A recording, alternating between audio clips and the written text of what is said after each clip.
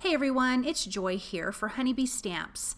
I have really been having a lot of fun creating backgrounds for my cards. So I created two backgrounds using a Brayer and a Stencil, and I had a lot of fun with this.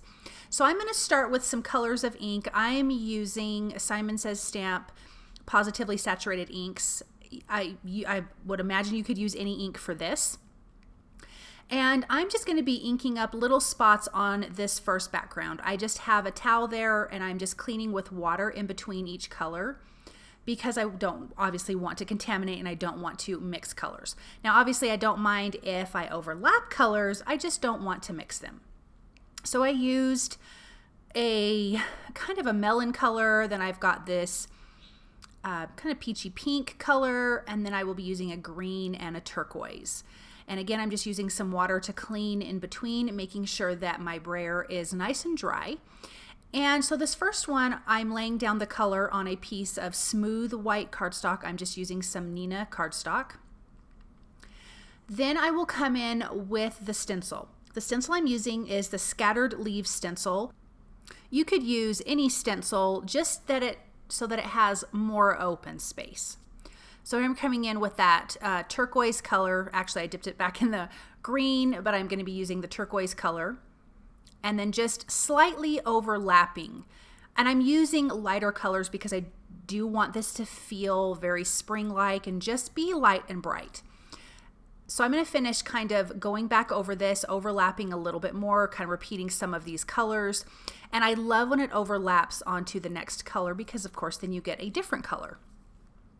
I like that this background has open white areas, even though that is going to get pretty much covered up when we do the stencil. And I'm doing it two different ways, and I was just kind of playing around and wasn't quite sure how this was going to turn out. I knew it'd be fun, but wasn't quite sure exactly how it was going to turn out. I brought some of that pink down to the bottom, and then I will bring some of that turquoise up to the top and just letting that just a little bit overlap and letting those colors blend. And I just think it came out so pretty. And I'm using dye ink, so it's going to take a minute and soak in. Now I'm coming in with my stencil. I'm just using one part to this stencil, my blender brush, and the same colors. So where that pink is, I'm just going to lightly blend over the top of the pink. Where that melon color is, I'm going to lightly blend over that. So you will see lighter areas where the stenciling is.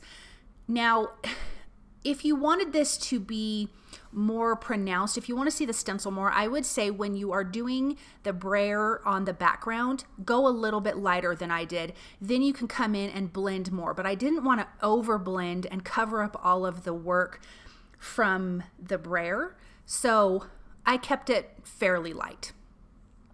So I'm just going to finish up this last corner and then peel that back, and you can see a little bit of that stencil.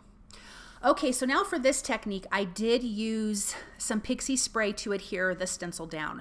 And I'm just taking my ink pad directly to my paper. I did try the brayer first, and it just wasn't getting the color on because the stencil was in the way. So I am coming over with my ink pads directly to it and just coloring in that open part of the stencil.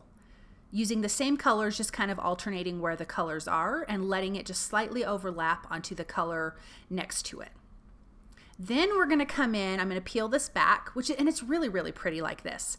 But I'm going to come in now with the brayer and just go over the areas really lightly with the same color. So I'm going to roll my brayer onto my ink pad, and then I'm going to actually roll some of that color off. Otherwise it's going to be too dark and it will cover up where we just did some stenciling. So I just wiped some of that off onto my stencil mat and then just gently rolled over the coordinating color. And then you can see it just kind of fills in those white areas, and this gets prettier and prettier. And then again, once these colors soak into this cardstock, it looks so gorgeous. And I think you could do as much or as little on this, and I did go a little bit heavier, so you can still see the pattern in the background, but you can't quite tell that it's leaves, which I don't mind. I just really wanted an open stencil pattern for the back. So here's that green color. I'm just gently going over that green, and I was a little heavier on that, but you can see it looks really good. These backgrounds were so much fun, and I haven't used my brayer in a long time, and so it was definitely time to bring this out and use it. Now I've got this turquoise color. I'm going to rub off most of that and then just gently rolling over those areas and letting it overlap to the other colors. And I love where that pink and turquoise mix because you get a really nice little purple color. I'm going to come back in with more of that green, make it overlap some of that pink. Coming in with that pink one more time and going over this again. Like I said, I think this is something that you could do as much or as little as you'd like. But I thought the more I put on there, the better it looked. It just filled that in. I was trying to get stuff on the edges because I really wanted the edges to be a little bit heavier. Now this paper is trimmed down about 1/4 of an inch smaller on all sides, along with the other piece of cardstock. So it is an A2 size card panel, but I trimmed it down just a little bit smaller. Bringing in that turquoise a little bit. And isn't that so pretty? I just absolutely love how this background turned out. Okay, so now I have the Sweet Stacks circles. I have 2 different sizes. There's normally a size that fits in between this, but I want to have a frame, so I'm going to tape these together, and I will die cut 6 white circles out of this. I'm going to adhere 3 of them together for each card, so it'll give me some dimension. So I'm just going to keep these taped together and not pull them apart until I'm completely done die cutting all of my circle frames. So I'm going to run that through my die cut machine. And then when I pop this out, we'll have a great frame. What's great about these layering, these Sweet Stack circles is that you could make really different sizes of frames, which is really fantastic. Then I'm going to take that largest circle and die cut 2 pieces from vellum. We're going to put that in between these stacks of circles just to kind of diffuse the center and give us a focal point in the center of our card panel. So there's the first one. And then I'm just going to run this through my die cut machine one more time, and I'm going to get another vellum circle. You could do this with any shape, really. I just was really want to do a circle. These are the lovely layers Greenery. I die cut 2 from gold mirror cardstock and 2 from vellum, and I'm going to alternate these when we glue these onto the fronts of our card panels. Now let's adhere this circle frame. This first circle frame, I'm going to adhere to the front of the vellum, and then the other 2 circle frames will go behind, and this is what's going to give us a little bit of dimension behind these card panels. Just using my tweezers and my liquid glue, and it gets them glued together. I'm going to do this for both of those circles. Now I will adhere this to the centers of the card panels. I did already adhere the card panel to a white top folding A2 size card base. But as you can see, it just kind of diffuses that center a little bit, just adds a little more interest to the card. And I just think vellum is so pretty. And I definitely do not use it enough. I really need to use it more than I do. All right, these sentiments are from the Inside Birthday stamp set. I'm also using the coordinating die. One says love, kisses, and birthday wishes. The other one says hope your birthday is just as amazing as you are. And these are just great sentiments, perfect for inside of your card, but I thought it would be fun to put them on the outside. I'm using the coordinating dies to die cut these out. It is pretty simple to find the matching ones, and I will just use my low tack tape to tape those in place and then run that through. So now I have foam tape behind my gold mirrored Greenery, and I'm going to adhere the vellum to the frame. I'm just going to adhere it really in just one little spot. I'm going to get it laid in place, add a tiny bit of liquid glue in one spot, and then when I put the other piece over it, it'll kind of hold down the rest of that vellum leaf.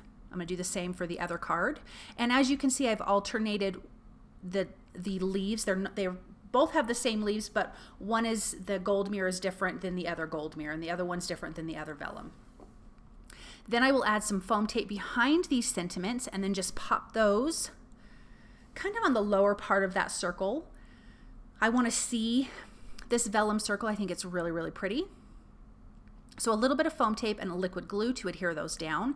Then I will use some Oceanside dewdrops, which they're so pretty. But I'm going to bring in the gold looking ones and just add 3 of those to each of the cards with a little bit of liquid glue to hold those in place. and then these cards are finished. And like I said, I had so much fun doing these backgrounds. This one is my favorite background. I think this one turned out so good, and as you can see, it was super simple. And then this other one is just much more saturated, but you can still see where that stenciling is, and I think it just turned out absolutely gorgeous. I hope that you guys feel inspired by this project, and I hope that you enjoyed it. Thank you so very much for stopping by and watching, and I will be back soon with another video. Thank you. Bye.